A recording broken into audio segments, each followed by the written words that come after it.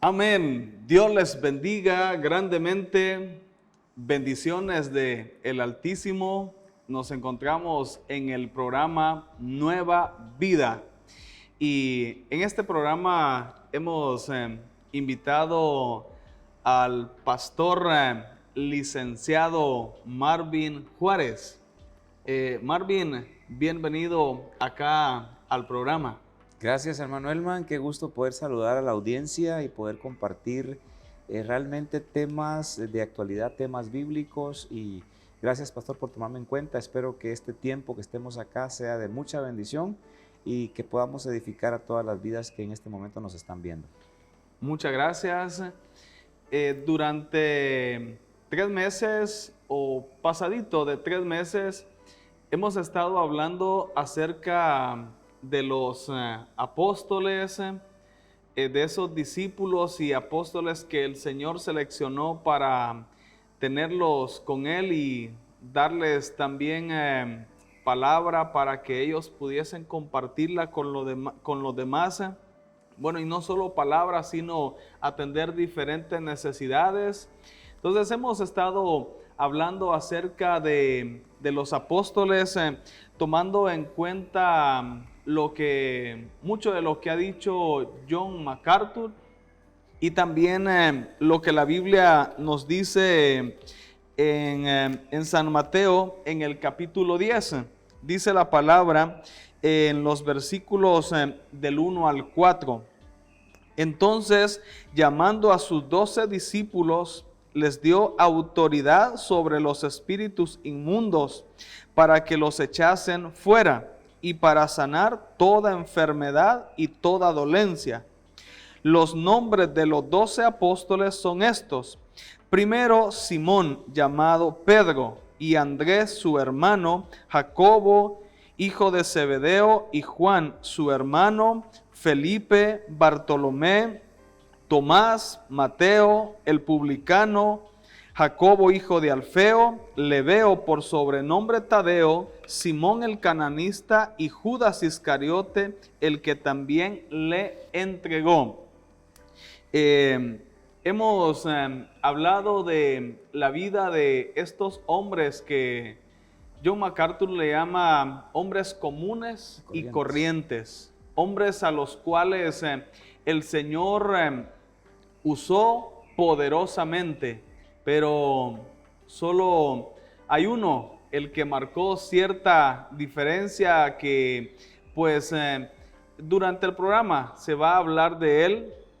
Así que, Pastor Marvin, bienvenido, y nuestra intención es hacerle algunas preguntas al Pastor Marvin, y yo sé que con sus respuestas nos va a ayudar muchísimo.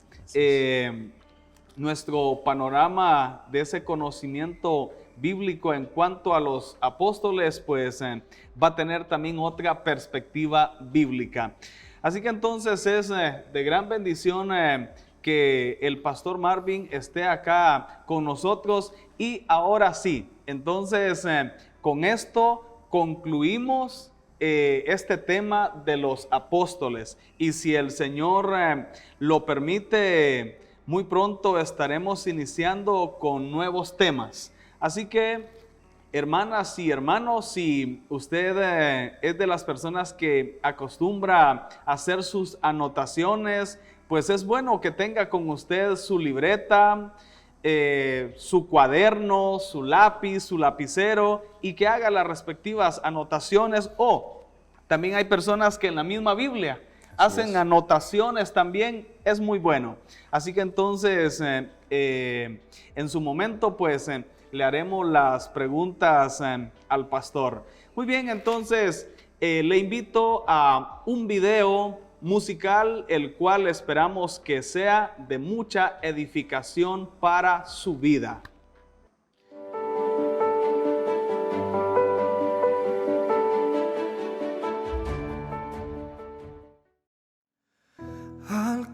contemplar tu obra en la cruz, tanto amor derramado y todo por mí.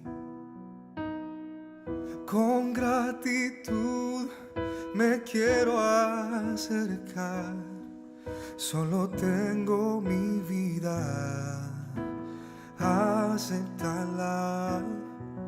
No sé cómo expresarme ante tu hermosura, rodeado de gloria y poder.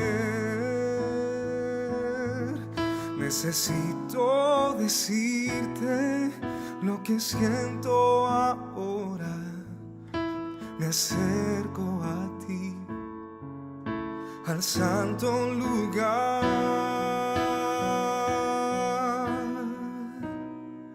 Precioso Jesús, mi Redentor, amado Señor, eres todo para mí. Te adoraré cada día de mi vida. No puedo vivir si no estás junto a mí.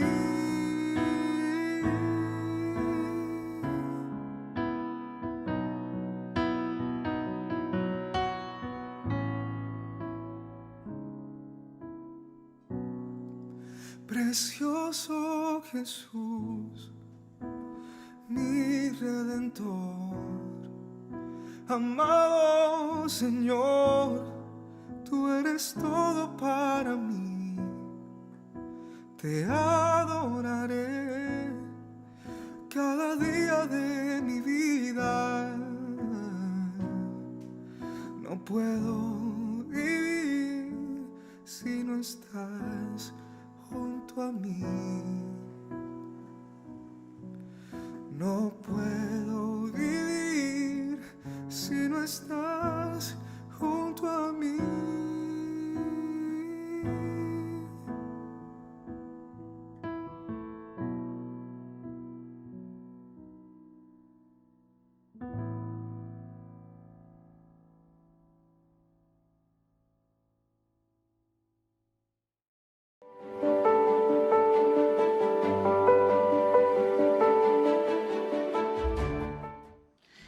Bueno, después de el video, vamos a entrar con la primera parte de preguntas.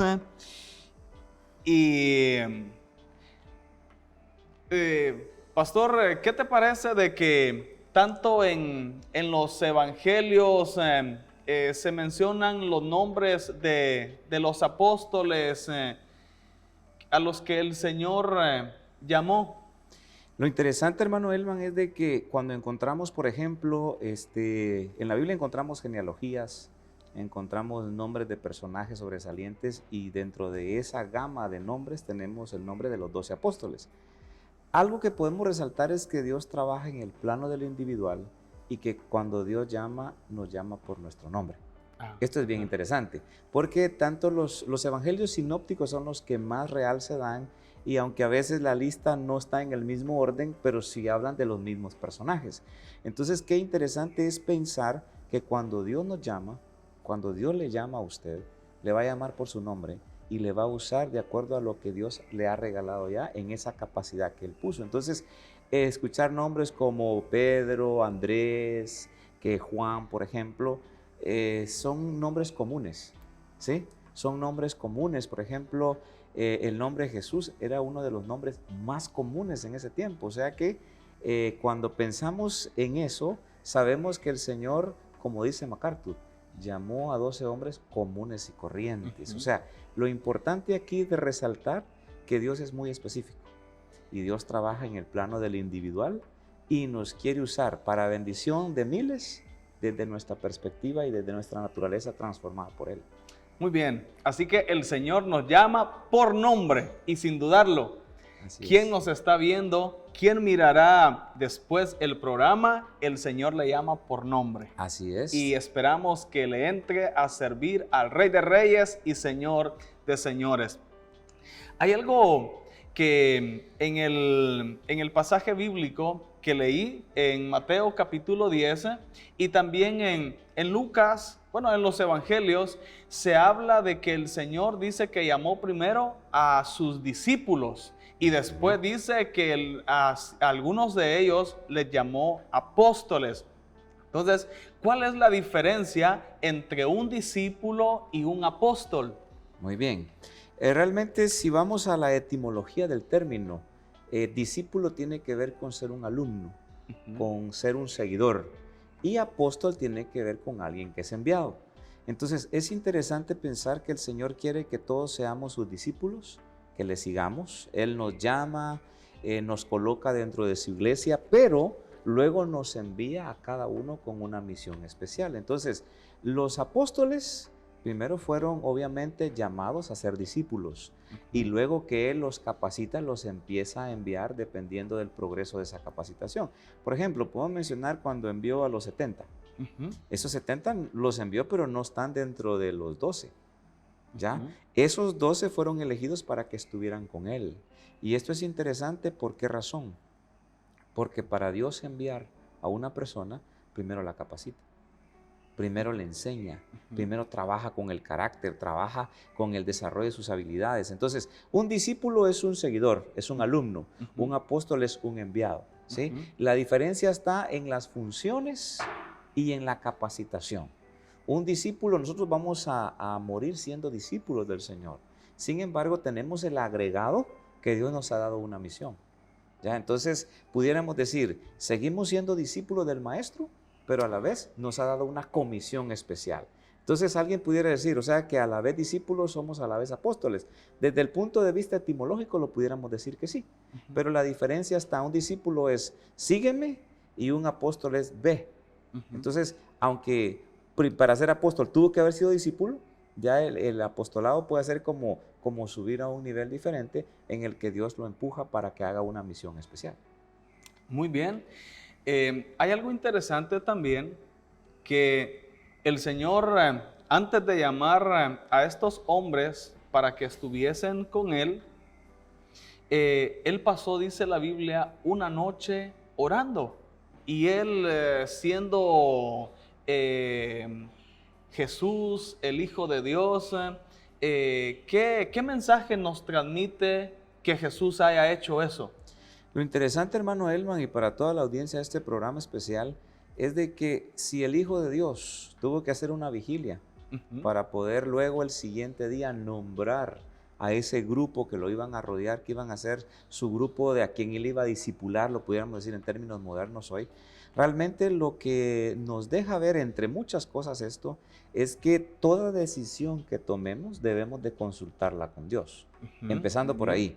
O sea, yo voy a decidir una carrera de estudio, yo voy a decidir poner una empresa, por ejemplo, moverme de lugar. Quizás es un pastor que nos está viendo, si ese pastor quiere moverse de un lugar a otra iglesia, eso hay que consultarlo con Dios. Empezando por ahí, todo debemos de consultarle a Dios. Ahora bien, agreguémosle que para elegir el Señor a los discípulos, a los apóstoles, pasó toda la noche. ¿Ya? Entonces lo interesante aquí es que nosotros debemos de apartar un tiempo en el que nosotros le roguemos al Señor porque la decisión es de dimensiones enormes. O sea, una cosa es que yo diga, por ejemplo, Señor, voy a poner este ejemplo, Señor, ¿qué debo estudiar en la universidad? Puede ser una petición. Y otra cosa es que yo le diga al Señor con quién me voy a casar. Claro, la decisión de ir a la universidad, con quién me voy a casar, pues la de con quién me voy a casar es más trascendental que qué voy a seguir estudiando en la universidad. Entonces, no significa que de acuerdo a mi necesidad, si oro, yo debo tener un periodo regular de oración. Sin embargo, hay momentos en los que yo debo de buscar más al Señor porque necesito claridad para un asunto. Y Jesús, siendo Dios, conociendo los pensamientos, dice en Juan 6 que a él no tenía nadie contarle quién era de los hombres. Él sabía lo que hay en el hombre. Aún así, él pasó toda la noche orando.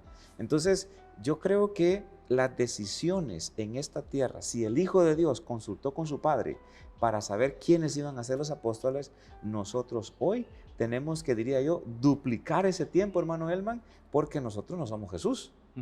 Y las decisiones de nosotros son trascendentales y no tenemos la misma capacidad de Él.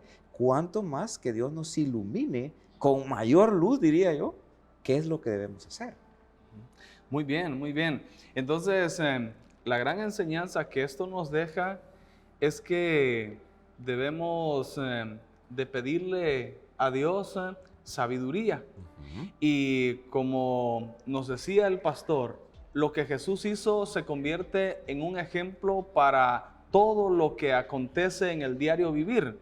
No solo se aplica a cuestiones en una iglesia, no solo se aplica a los ministerios, se aplica también cuando vamos a emprender un viaje, cuando vamos de vacaciones y le pudiéramos decir, Señor, y en estas vacaciones, ¿a dónde consideras que podemos ir? Exacto. Y el Señor puede poner en la mente y en el corazón a dónde. Cuando estamos orando por nuestros hijos, decirle, Señor, ¿cuál es el propósito que tienes para mi hija, para mi hijo? Y de acuerdo a ese propósito, el Señor lo va a ir guiando para que se prepare académicamente también. Entonces, qué importante es que en nuestras decisiones siempre le consultemos al Señor para que Él nos vaya guiando. Así que muy importante. Así que recuerde, mi hermana y mi hermano, hay que buscar al Señor en oración. Y en los ministerios de la iglesia, pues muchas veces nosotros podemos ver cualidades en las personas y en algún momento nos podemos equivocar.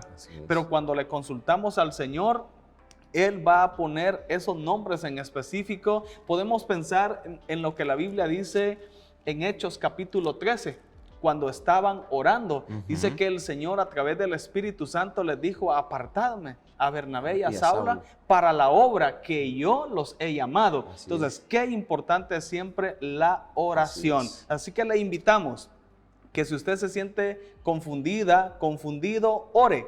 Pero no espere sentirse confundida o confundido para orar.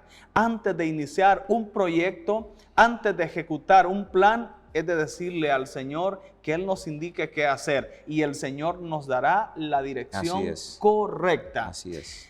Siguiente pregunta.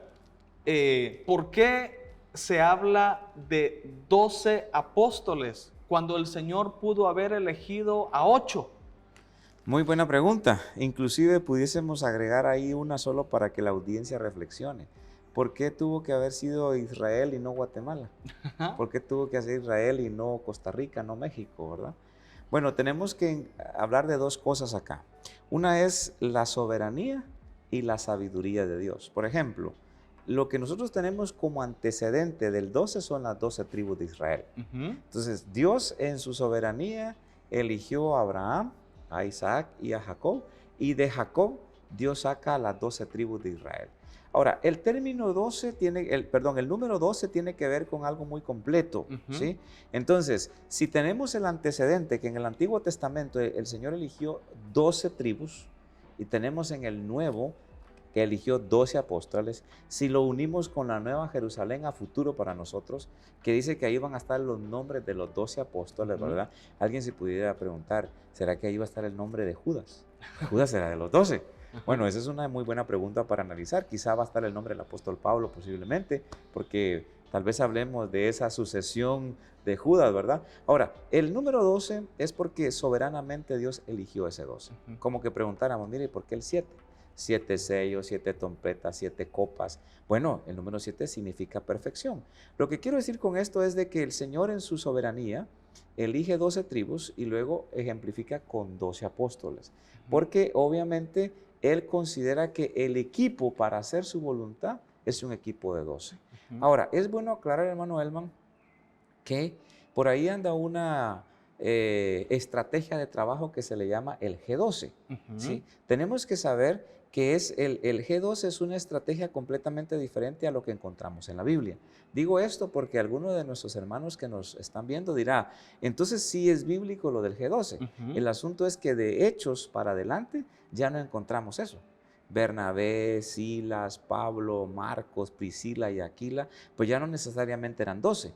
Ya había incluyendo una mujer dentro de ese grupo del apóstol Pablo. Entonces, el número 12 tiene una representación para Dios que lo abarca todo, ¿verdad? Que es completo. Tenemos 12 meses en el año y pudiésemos encontrar varias cosas que tienen que ver con el número 12. Sin embargo, es una forma que Dios organizó su trabajo en el pueblo de Israel con 12 tribus, en el Nuevo Testamento con 12 apóstoles, porque en su soberanía a Él le plació usar el número 12. Quizá nosotros hubiésemos elegido 8, 10, 15, 20. Decimos, entre más hay mejor. Pero Dios tiene razones más fuertes que no nos las ha dicho con claridad del por qué 12 y por qué no 15. ¿Verdad? Por ejemplo, alguien dijo, cuando llegue al cielo quisiera preguntarle al Señor, ¿por qué eligió a los judíos? Si le dieron tanto problema, ¿por qué no probó con otra nación? Bueno, yo le decía, si le da permiso a Dios y se acuerda, pregúntese, la verdad. Pero igual pudiéramos decir, Señor, pero, por ejemplo, ¿por qué 12? Y ahí estaba Judas y sabía lo que iba a hacer. Entonces es otra pregunta, ¿no? Dice, bueno, a Judas yo no lo hubiera elegido, dice alguien. El problema es que nosotros no somos dioses. Entonces el número 12 representa en la mente de Dios una forma de organización para llevar a cabo un proyecto que nosotros quizá digamos, pero yo lo puedo llevar a cabo con 6. No, Él sabe por qué eligió 12. Bien, así que no porque escuchamos el número 12 en diferentes ministerios, vamos a decir, bueno, entonces eso es bíblico y lo vamos a practicar. O como que ese número tenga algo místico. Exacto. Y por ser el número 12 va a traer algún tipo de unción. No necesariamente. No. Muy bien, entonces estamos hablando de que el Señor seleccionó a estos 12 sin dudarlo con un propósito específico. Pero en sí, ¿qué calificó a estos hombres para que estuviesen con el Maestro de Maestros? Algo bien interesante por la pregunta que dice Manuelman. Por ejemplo, en Juan capítulo 16 dice, no me elegisteis vosotros a mí, sino que yo os elegí a vosotros. En el contexto de Jesús, los alumnos, vamos a decir así, eran los que elegían a sus rabinos. El problema era que los rabinos pasaban un tipo de examen. Y si los alumnos no pasaban el examen, no eran escogidos como alumnos, eran como desechados. Entonces, por eso Jesús les dice, yo fui quien los elegí, no fueron ustedes. Ahora, lo interesante aquí es que en esa elección, el Señor observa cosas que hoy quizá nosotros no observaríamos en la gente. Por ejemplo, si vemos un medio de comunicación, se busca ingeniero para tal cosa, se busca profesional electricista para esto, encontramos una serie de currículum, una hoja de vida con las capacidades mejores que pueda tener la persona.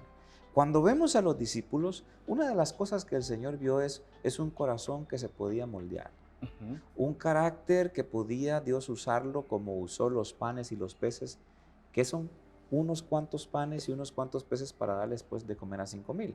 Entonces, por ejemplo, Mateo era un cobrador de impuestos, pero para la gente Mateo no era un cobrador de impuestos, no que era un ladrón, porque normalmente el publicano, el cobrador de impuestos se agarraba algo, entonces no calificaba para ser elegido, pero el Señor lo elige. Por ejemplo, los hijos del trueno, o sea, era gente muy arrebatada, muy colérica, que alguien pudiera decir, no, esa persona no está buena para liderar. Entonces, cuando decimos, ¿qué vio Dios en ellos? Dios vio en ellos esa forma de ser cambiados para ser usados. Digo esto porque cuando creemos que tenemos todas las capacidades, a veces no funcionamos. Pero cuando nosotros reconocemos que nos falta, entonces Dios dice, a este puedo usar. Por eso vemos a un Pedro que constantemente habla, un Pedro hablantín que dice, Señor, yo no te voy a negar. Señor, yo te voy a defender. Señor, y al final nos dimos cuenta que no lo hizo. Pero al final, esa forma hablantina de Pedro fue la que Dios usó para dar el primer discurso en Hechos 3. Exacto. Luego en Hechos 6, convierte en 3,000, convierte 5,000. Entonces, por eso MacArthur, como decías, 12 hombres comunes y corrientes. Y el escritor de hecho dice, sin letras y del vulgo. O sea que lo que Dios vio fue una capacidad de trabajo en ellos. Ya no era un premio Nobel. Porque si hoy vamos a buscar a alguien que dirija por ejemplo, el proyecto Genoma Humano, no vamos a buscar a alguien que no tenga una capacidad en genética. Pero los discípulos, si evaluamos psicológicamente a los discípulos, encontramos una serie de debilidades, temperamentalmente, de carácter. Sin embargo, lo que Dios vio es la forma sensible de trabajo con ellos. Le llevó 3 años, fue un poco duro al principio, pero luego los usó. Entonces, digo esto porque puede ser que nos esté viendo gente que diga, ¿y yo qué puedo ofrecerle al Señor? No, la sensibilidad a la transformación del Señor es la clave. Ya transformados, el Señor nos usa, aunque no tengamos estudios universitarios, aunque no sepamos hablar. Moisés le dijo, Señor, yo soy tardo para hablar. Y no le cambió el habla, le puso a otro ahí. Porque cuando Dios ha puesto los ojos en una persona, a esa persona hay que usar. Yo digo, Jonás se le escapó.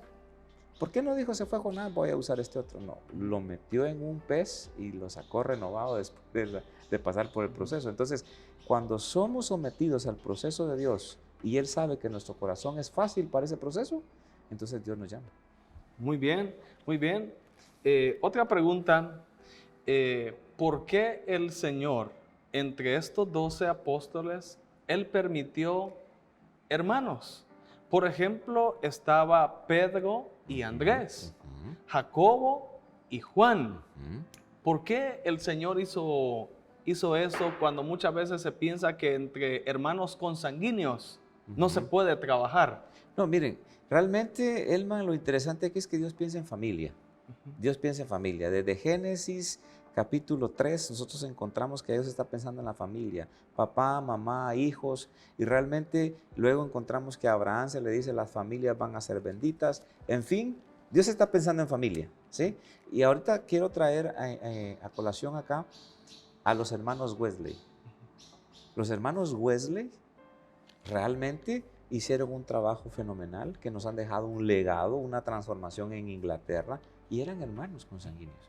Entonces, yo creo que Dios está pensando en familia, y así como Dios te usa en la iglesia, con tu familia, tus hijos, tu esposa, a mí me usa con mi familia. Entonces, para mí es importante que Dios no dijo, como son familias se van a poner de acuerdo. No, dijo, creo que puedo usar a 2. Pónganse a pensar, aquí en Berea han pasado 2 que son hermanos. Y yo me pongo a pensar y digo, si estos muchachos representaban una forma de ingreso para la familia que dejaron, Dios se les quitó a los 2 y los metió a estudiar y hoy están sirviendo en el ministerio pastoral. Y Dios no dijo, solo uno porque la mamá se va a quedar sin el otro. No, Dios llama en familia porque quiere usar en familia. Amén, amén. Qué importante es entonces que nos dejemos usar por el Señor. Así es. Que obedezcamos ese llamado del Señor.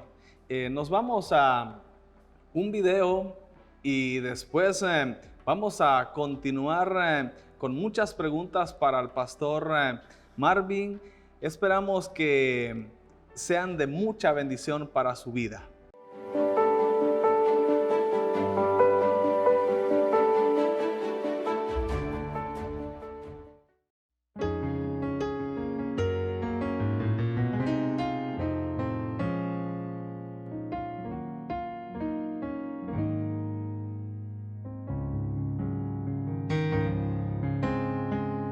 Veo al Rey de Gloria,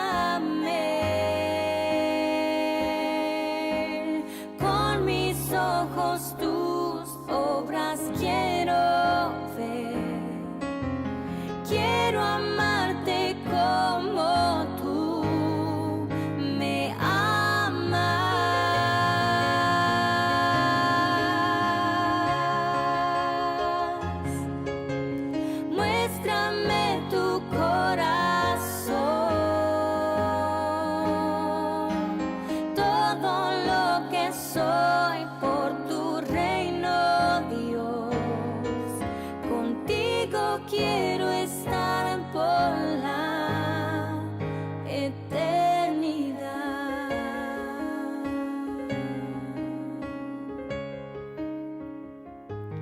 Hosana, Hosana,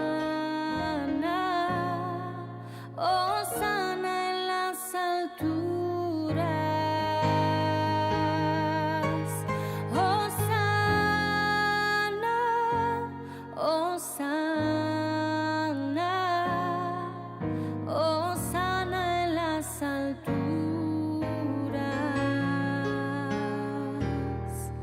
Hosana en las alturas. Hosana en las alturas.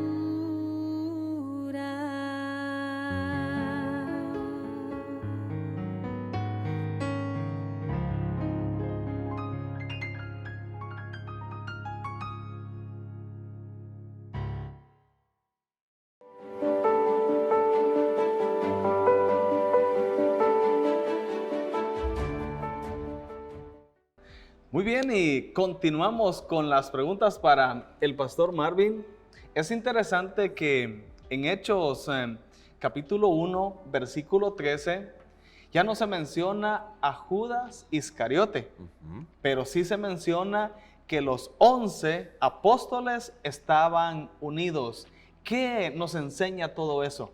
Bueno, lo interesante aquí es que, por ejemplo, el Evangelio nos dice que Judas, pues obviamente traicionó al Señor, y nos dice que fue y se ahorcó, y ahí en el mismo libro de Hechos, pues nos dice que como que la rama se hubiese quebrado y él cayó a un despeñadero. Lo interesante aquí es que nosotros, una de las cosas que yo rescato de eso, Pastor Elman, es la convicción personal. O sea, lo que Judas hizo pudo desestabilizar posiblemente al resto. ¿Y qué pasó, verdad? ¿Qué hizo Judas? Estuvo con nosotros, fue el tesorero, vio los milagros y al final lo que hizo. No, el pasaje dice que estaban unánimes juntos. Y lo interesante es que menciona mujeres. Y con las mujeres dice, y con María, la mamá de Jesús. Es interesante porque refleja la unidad y refleja la convicción. Convicción porque Judas hizo lo que hizo hacía pocos días atrás, ¿verdad? Y ellos se mantienen firmes en la fe, ¿no? Siguiendo al Señor.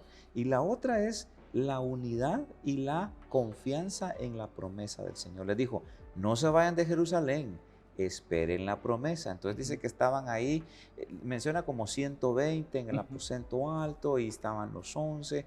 Entonces, lo interesante es que siguieron en sus convicciones. A pesar de lo que Judas hizo, no cambió la mentalidad de nadie más. Se juntan, esperan la promesa y el Señor viene y sucede lo de Hechos 2. Sin embargo, en Hechos capítulo 1 está lo de la sucesión. Está cuando eligen a Matías. Ahora, es interesante que pensemos que en el Antiguo Testamento se utilizaba mucho la suerte. Así se menciona, echaron suertes. La idea que uno tiene es que utilizaron una especie de dados o algo por el estilo, porque eso es lo más común en nosotros. Vamos a hacer algún tipo de juego, se tiran los dados y cayó 5, cayó 6, qué sé yo. Alguna gente usan hasta pajarito, ¿no? y recordemos, hermano Elman, que en el Antiguo Testamento utilizaban lo que era el Urim y Tumim, ¿sí? Que no es tan claro para nosotros qué era el Urim y Tumim, pero se utilizaba en asuntos políticos y en asuntos sociales. La cosa es que en Hechos no dice que usaron el Urim y Tumim, pero dice echaron suertes y eligieron a Matías. Pero Matías ya no aparece en ningún lado. Así es. No sobresale. Matías se menciona en Hechos 1 y de ahí ya no se vuelve a mencionar. Pero luego viene el apóstol Pablo. Ahora bien, antes yo quiero resaltar que el libro de Hechos es un libro descriptivo, es histórico. La transición de la ley a la gracia. Entonces, la mentalidad del discípulo, él traía todo lo que vieron hacer a Jesús y lo que decía la ley. Pero Hechos es la transformación de la ley a la gracia. Entonces, ya en Hechos encontramos a un Pablo que dice, para ir a Macedonia voy a echar suertes. No, Pablo dice, el Espíritu nos lo impidió. El Espíritu me mostró un varón macedonio que nos decía, pasa a Macedonia y ayúdanos. Entonces, se empieza a dejar la suerte por un lado y empezamos a ser guiados completamente por el Espíritu de Dios. Ujú. Y eso es importante resaltarlo. Y no podemos decir, pero ¿qué pasó con los discípulos? ¿Por qué echaron suerte? Son unos paganos, son unas personas que se dedican a cosas superficiales. No, era lo que hacían antes. Ujú. De esa fecha para acá, ya no echamos suertes.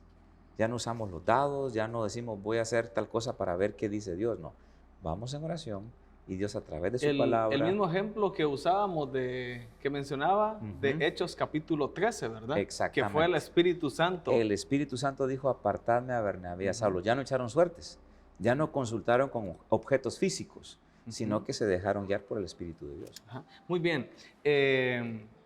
Mencionábamos en las preguntas anteriores de que es muy importante la oración para seleccionar para el nombramiento de alguien a un ministerio específico. Pero aparte de la oración, ¿qué cosas se deben implementar en una iglesia?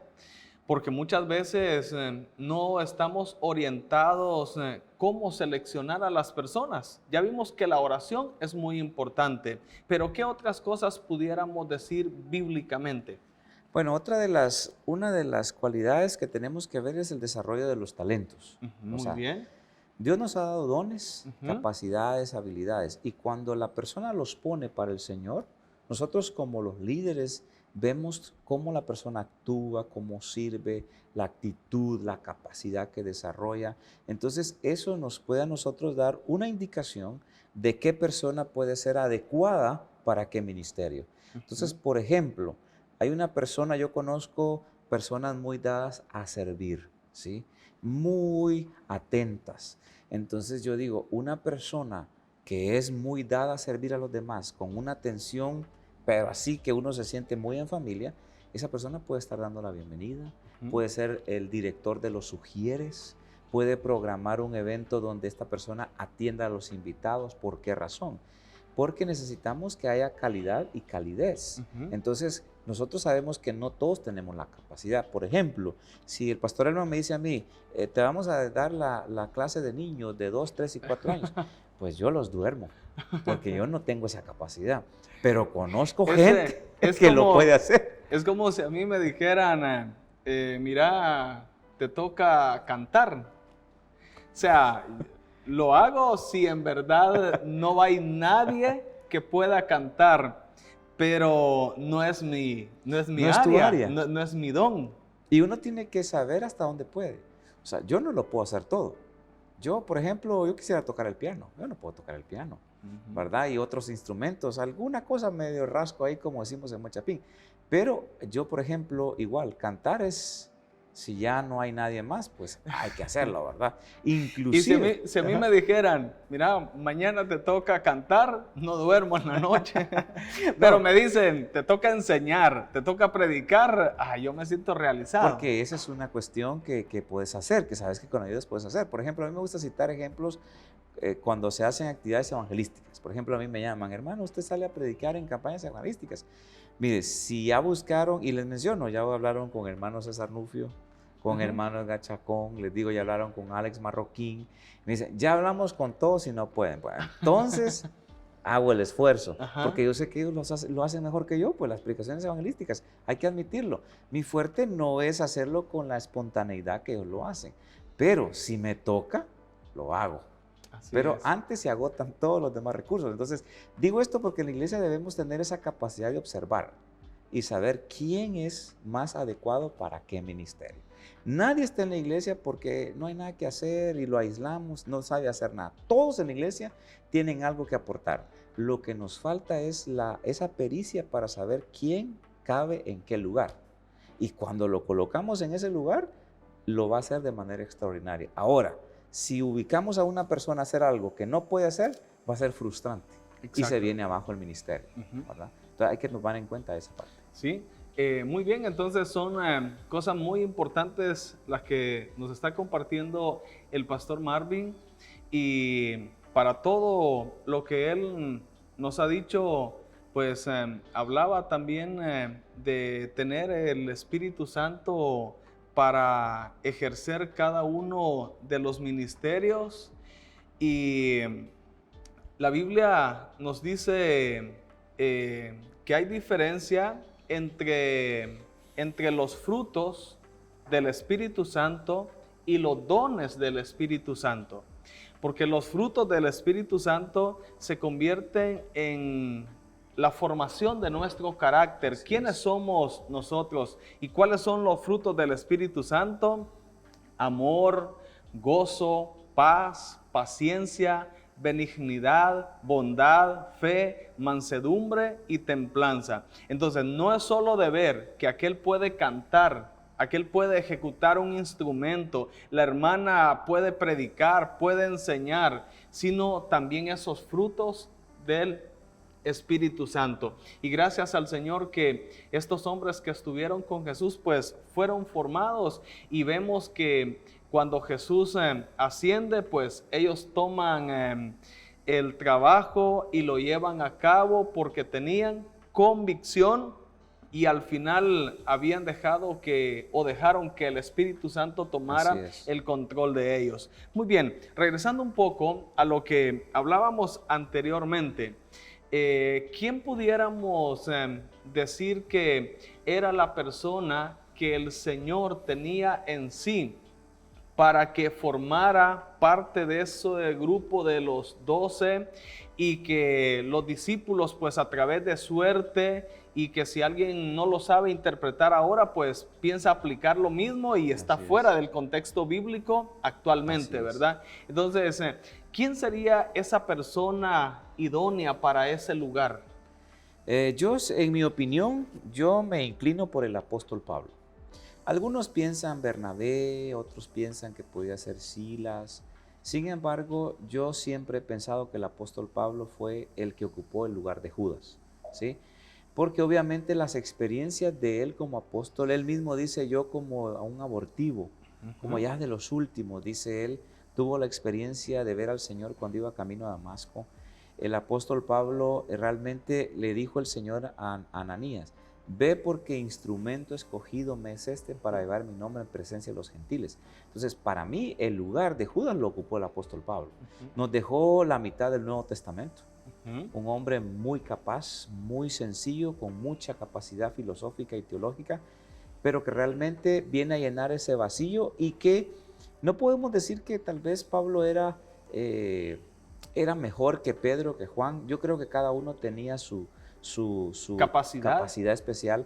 Sin embargo, en Pablo vemos ciertas cosas por su formación a los pies de Gamaliel, por ser nacionalidad romana, nacionalidad judía, hablaba varios idiomas, se cree que hablaba 4 o 5 idiomas. Entonces, Pablo era una persona muy capaz. Si tenemos escritos de Pedro, tenemos escritos de Juan, tenemos escritos de Santiago, tenemos escritos de Pablo. Entonces, en mi opinión, y es en la opinión de muchos estudiosos del Nuevo Testamento, creen que es Pablo el que ocupó el lugar de Judas. Quizá alguien pueda decir que fue otro. Sin embargo, yo me inclino a pensar que fue el apóstol Pablo el que llenó ese espacio de los 12. Entonces, de hecho, cuando leemos en Apocalipsis que va a estar el nombre de los 12 apóstoles, yo siempre he pensado que en lugar del de Judas va a estar el de Pablo. Pero esa ya es una idea mía y es una suposición mía. Y hay algo interesante, que en Apocalipsis no menciona nombres. No. En los evangelios, los sinópticos nos mencionan nombres y tienen relación, está hablando de los mismos nombres, pero en Apocalipsis ya no. Entonces, no puede uno aseverar, claro, que va a quedar fuera el apóstol Pablo, que él no era, pero lo importante es de que fue un gran hombre usado por el Señor, y concluimos que realmente él era el hombre que el Señor tenía para este ministerio, pero que cuando no nos dejamos guiar por el Señor, hacemos las cosas a nuestra manera, y después podemos reaccionar, pero puede ser muy tarde. Lo importante es, como decíamos, la oración y dejar que el Espíritu Santo nos guíe para hacer la voluntad del Señor. Así es. Una última pregunta. En la actualidad hay autoproclamados apóstoles y en otras ocasiones son nombrados. ¿Qué dice la Biblia al respecto? Sí, realmente esta teología o esta enseñanza surge, hermano Elman, de Efesios capítulo 4, versículo 11, donde dice, y él mismo constituyó a unos apóstoles, profetas. El problema es que tenemos que encontrar la hermenéutica de ese pasaje, hacer una buena exégesis. Unos versículos atrás, eso está en Efesios 4:11, pero en Efesios 2:20 dice que predicando sobre el fundamento y la doctrina de los apóstoles. O sea que ya había un fundamento que Dios utilizó a través de Cristo con los apóstoles que Él nombró. Entonces no podemos poner otro fundamento sobre el fundamento que ya está. Entonces si alguien dice, es que yo fui a predicar, por ejemplo, a Camboya, que hermano Nicolás y hermano Randolfo van para Camboya. Yo pudiera pensar que ellos son los enviados a fundar iglesias en Camboya. Para mí, esto puede ser un tipo de apóstol, pero no tienen el nombramiento. Entonces, un apóstol de la talla bíblica tiene que tener cualidades que los de hoy no tienen. Haber estado con el Señor, haberlo visto resucitado, haber visto sus milagros. Que de eso mismo nos habla Hechos capítulo 1. Exactamente. Pero los apóstoles de hoy son autonombrados. Por ejemplo, revisemos así, traigamos a la memoria los 2000 años de historia de la iglesia. No vamos a encontrar nombramiento de apóstoles y nombramiento de profetas. No lo vamos a encontrar. Vamos a encontrar pastores, siervos, ¿ya? Eso de apóstoles y profetas surgió del siglo XX para acá. En el año 2000 se hace una reunión en Estados Unidos, luego en el 2007-2008 se hace otra reunión aquí en Guatemala y se empiezan a autonombrar apóstoles. Si nosotros les pasamos el filtro bíblico, no lo pasan. Ahora somos siervos. Pablo, el gran apóstol, que sí se puede llamar gran apóstol, él dijo, somos siervos. Entonces, hoy es más fanfarronería, es más fama, porque lo que yo pueda hacer, no necesito llamarme apóstol para hacerlo.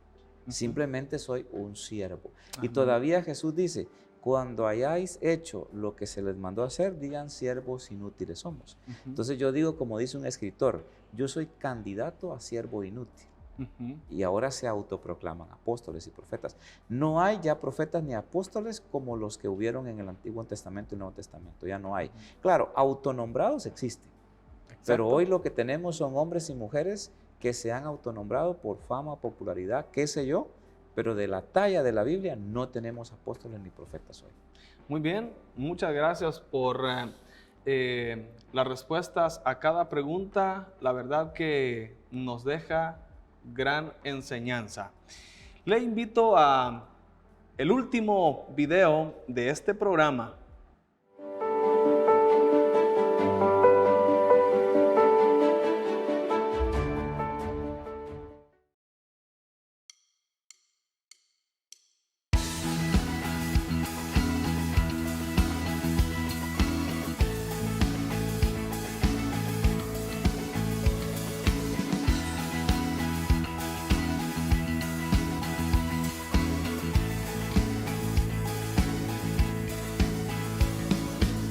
Quien rompe el poder del pecado, su amor es fuerte y poderoso. El Rey de gloria, el Rey de majestad.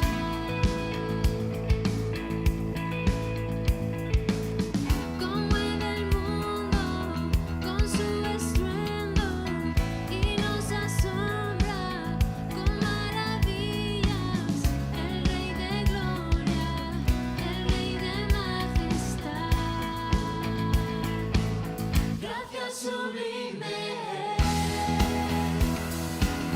perfecto es tu amor. Tomaste mi lugar, cargaste tú mi cruz,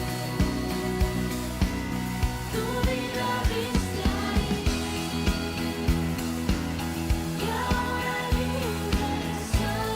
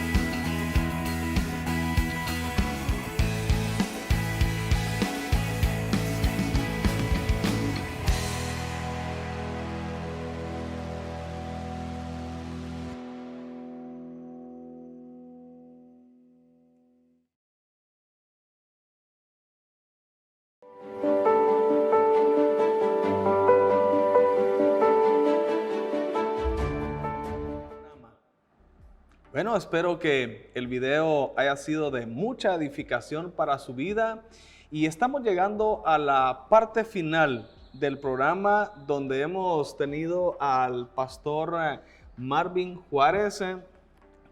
Pastor, hemos hablado entonces acerca de los 12 apóstoles. Estamos para concluir. ¿A qué conclusiones podemos llegar?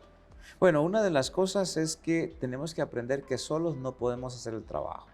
Si Jesús, el Hijo de Dios, que lo puede hacer todo porque Él es el Creador, en su paso por esta tierra como ser humano, como hombre, se rodeó de gente. Y se rodeó de gente común y corriente. Los preparó, los capacitó. Nosotros debemos hacer lo mismo. Debemos de rodearnos de un equipo de personas, les debemos capacitar y debemos usarlas en el ministerio en el buen sentido. Entonces, una de las cosas es de que el ministerio no es de llaneros solitarios, es de un trabajo en equipo. Número 2, por ejemplo, hay que tener una buena selección. Hay que orar, hay que observar. El mismo esquema, por ejemplo, los discípulos no se nos dice las características, pero los diáconos de Hechos 6 sí se nos mencionan.